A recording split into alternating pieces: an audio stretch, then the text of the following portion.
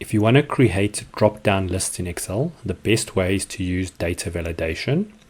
So here, I want to first have a drop-down list with the salesperson's name. And you'll see I've got a list of names here on another sheet.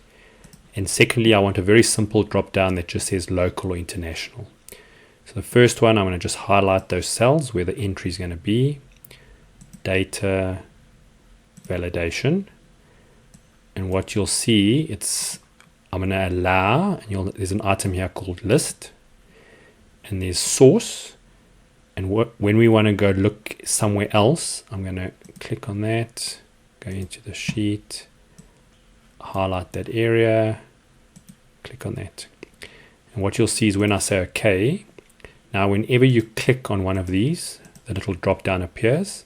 And when you click on it, the options are available. So you can now choose whichever one you want. That's if the list is quite long and you need to have a separate list. This one's very simple. It just says local, international, or you may have a yes or no. So I'll highlight the area, data validation. I'm going to go to the list. And here we just type what we want to see. So I am going to local. Now my computer is split, or its list separator is commas. I'm going to put a comma and then the word international. Be aware that if your computer uses semicolon, then you must put a semicolon over there.